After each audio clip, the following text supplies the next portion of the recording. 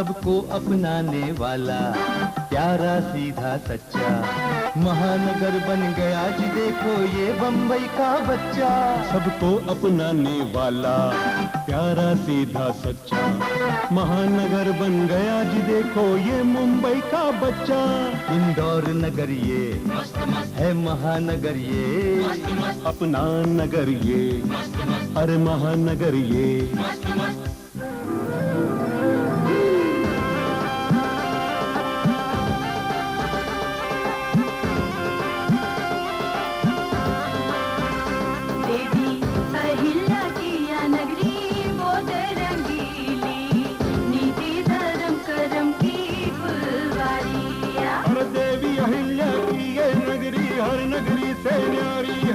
राजनीति का केंद्र कला और संस्कृति की फुलवारी है। Metro today .NP news channel में आप सभी लोगों का स्वागत है।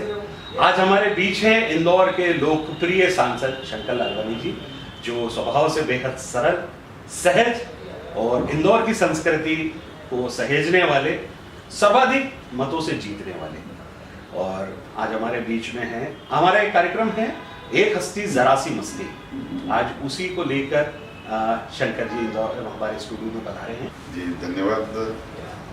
सबसे पहले तो मैं ये कहूँगा कि आपने जो कार्यक्रम का नाम रखा, बहुत सारे कार्यक्रमों में गया हूँ चैनल के जी, सोशल मीडिया प्लेटफॉर्म पर ये नाम बहुत ही अनोखा लगा और बहुत अच्छा लगा। एक हस्ती जरा सी मस्ती। जरा सी मस्ती, ये कभी ऐसा सुनने को भी नहीं मिलता, बाकी बहुत अच्छा है और वाकई में होना भी ऐसा चाहिए कि हंसी तो ठीक है पर जरा सी मस्ती कहीं देखने को नहीं मिलती आजकल।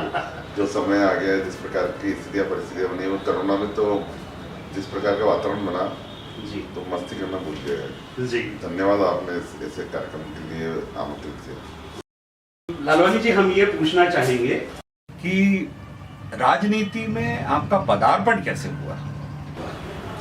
देखिए, मूलतः तो मैं संघ परिवार से था, यानी संघ परिवार से हूँ भी, पर मैं शुद्ध तो राजनीति में नहीं था। शाखा में जाया करता था। मेरे पिताजी भी शाखा में मुख्य शिक्षक थे, वो फिर तो संघ चालक भी बने, तो पृष्ठभूमि भी संघ की थी। स्थितियाँ परिस्थितियाँ एक बार ऐसी हुई कि कैलाश जी 4 नंबर क्षेत्र से चुनाव लड़ने आए थे और उस समय वो 2 नंबर से थे वैसे, और पार्षद के बाद पहली जो टिकट मिली 4 नंबर से मिली थी। और मुझे ध्यान है उस समय उनके पिताजी का देहांत भी हुआ था चौथरा हॉस्पिटल में। तो उन्हीं दिनों की बात है, और चुनाव बहुत कम समय के लिए उनको मौका मिला था और घर में इतना बड़ा हादसा हो गया था। पर उस समय एक सिंधी समाज के एक व्यक्ति उनके सामने खड़े हुए थे चुनाव लड़ने के लिए, जो कि संघ परिवार में थे, और पिताजी से जब वो आशीर्वाद देने आए थे तो समाज के सभी लोग इकट्ठे हुए थे। तो उन्होंने कहा था, आप संघ में तो काम करते हैं, आपका तो सहयोग मिलेगा, लेकिन आप परिवार से, इतना बड़ा परिवार है, एक व्यक्ति जरूर राजनीति में होना चाहिए जो हमारे साथ है। और उस समय मुझे ध्यान है, मैं वहीं साइड में खड़ा था, पिताजी थे तो उनके सामने बैठते नहीं थे, तो खड़ा ही था। तो उन्होंने मुझे बोला कि अभी चुनाव में आप लग जाओ और भारतीय जनता पार्टी को जिताना है।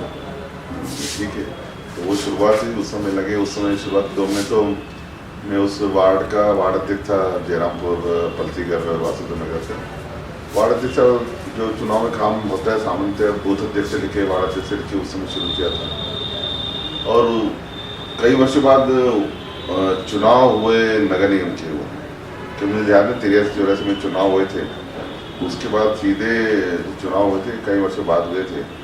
तो उस समय उस क्षेत्र में जब चुनाव की बात आई तो हमारी पार्टी हमेशा युवाओं को आगे बढ़ाती है। मैं नया नया था, वैसे बेसिकली मैं इंजीनियर मुंबई से पढ़ के आया था और विद्यार्थी परिषद में भी काम करता था, और बॉम्बे से पढ़ के यहाँ आया था।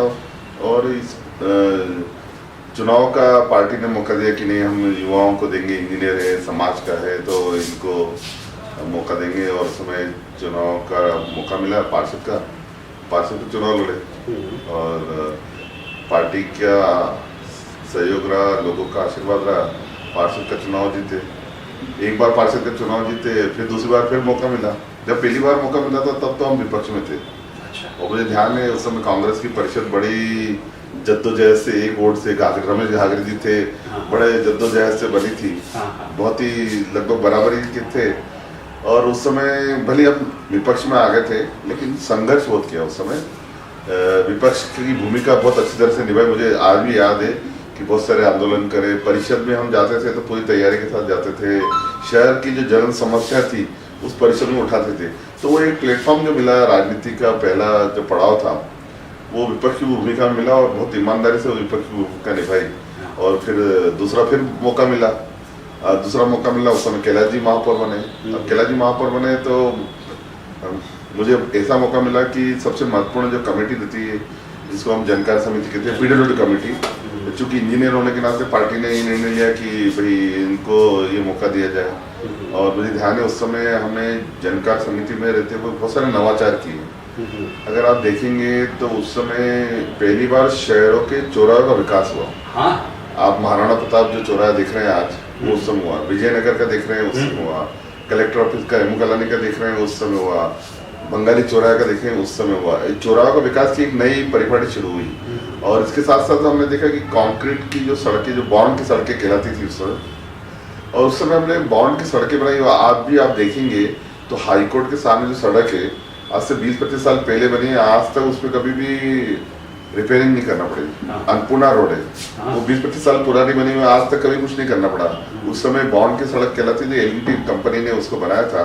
तो एक इंजीनियर होने के कारण, वो टेक्निकल होने के कारण जो फायदा मिला, तो वहाँ एक टर्निंग पॉइंट था शहर में विकास की। हमने उस समय तो हमारे पास पैसे भी नहीं थे, नगर निगम के पास तो कर्मचारियों को, मुझे ध्यान है, सफाई कर्मचारी वहाँ जिंदाबाद बुलवादा करते थे शाम को कि हमको इस महीने की पगार नहीं मिली। और उसी बीच में हमने इतने सारे काम किए। और उसके साथ साथ मुझे ध्यान है कि माणिकबाग ब्रिज में चौथराम मंडी और चौथराम हॉस्पिटल हुआ करता था, वो अभी भी है, पर वो माणिकबाग रेलवे क्रॉसिंग पे हमेशा जाम लगता था। और मेरे ही सामने के क्षेत्र के पार्षद होने के सामने स्कूल की बसें, मंडी में जो निकलने वाली सब्जी की ठेले, सब्जी की गाड़ियां, ऑटो रिक्शा सब फंस जाते थे। वो ट्रैफिक की अस्त व्यस्त व्यवस्था होने के कारण वहाँ जाम लगा रहता था। और वहीं चौथराम हॉस्पिटल उस समय सबसे अच्छा हॉस्पिटल था हमारे इंदौर का। एमआई के बाद अगर प्राइवेट सेक्टर में कोई नया हॉस्पिटल आया था चौथराम हॉस्पिटल। मैंने कई मौतें एम्बुलेंस में वहाँ उस क्रॉसिंग पे देखी। और उस समय हम जब क्रॉसिंग बनाने, रेल ब्रिज बनाने की मांग कर रहे थे, मैं खुद जेल गया, जब हम विपक्ष में थे, आंदोलन करे। तो जब पहली बार मौका मिला तो तब मैंने सोचा था कि हम नगर निगम से ब्रिज बनाएंगे, ओवर ब्रिज, फ्लाईओवर ब्रिज। अब नगर निगम की स्थिति अच्छी नहीं थी, पर फिर भी माननीय कैलाश जी ने कहा नहीं बनाओ अगर अच्छा है तो। और उस समय हमने बनाया, और वो आज भी आप डिजाइन देखेंगे तो सबसे अच्छे ब्रिजों में से एक कहलाती है माणिकबाग ब्रिज। तो ये उस समय का एक मौका मिला। और फिर तीसरी बार फिर मौका मिला तो सभापति बने म्युनिसिपल कॉर्पोरेशन को, और उस समय जो दायित्व मिला तो करा। इस प्रकार धीरे धीरे जर्नी चलती गई आगे। क्या आपको कभी ये प्रायश्चित हुआ कि आप राजनीति में कैसे आ गए? ऐसा कभी कोई वाकया याद है? देखिए, राजनीति में मुझे लगता है मायूसी की बात नहीं है। समय आता है, उतार चढ़ाव होते हैं, समय एक तरीका नहीं रहता। पर एक समय ऐसा भी था कि जब एक कार्यकर्ता के रूप में मैंने काम किया, 3 बार पार्षद रहा, जनकार समिति का अध्यक्ष रहा, सभापति रहा, और फिर कोई दायित्व नहीं था। पर उस समय भी मैंने पार्टी का जो काम था वो बराबर करा, ईमानदारी से जितना पार्टी काम देती थी वो करता था। क्योंकि 15 साल का अनुभव नगर निगम के था, एक तो वो, दूसरा मेरे जो सामाजिक काम चलते रहते हैं, खास करके कला और संस्कृति का, वो मैंने नहीं छोड़ा। तीसरा मेरी रुचि का विषय है जो पीड़ित लोग, हिंदू लोग पाकिस्तान से आते हैं, उनकी मैं मदद करता हूँ। शहर में नहीं, पूरे देश के कोने कोने में जहाँ भी आते हैं उनकी पूरी मदद आज भी करता हूँ। तो ये तीनों काम मैंने जारी रखे, और उसी का परिणाम था कि मुझे फिर बीजेपी का अध्यक्ष बना, और बीजेपी का सफल अध्यक्ष रहा ऐसा कार्यकर्ता मानते हैं तो इंदौर विकास प्राधिकरण का अध्यक्ष बना, और इंदौर विकास प्राधिकरण का अध्यक्ष बना तो कुछ समय बाद पार्टी ने एक काम सौंपा चुनाव लड़ने का, लोकसभा का, तो चुनाव लड़ा। भारतीय जनता पार्टी में लालकृष्ण आडवाणी जी के बाद अभी इस वक्त आप सिंधी समाज के देश के सबसे बड़े लीडर हैं। क्या आपको इस अलग से जो ये अतिरिक्त आपको जवाबदारी मिली है, इसका कोई रिस्पांस मिलता है? देखिए, आडवाणी जी तो पार्टी के बहुत ही बड़े सीनियर लीडर रहे हैं, मैं तो बहुत छोटा कार्यकर्ता हूं उनके सामने।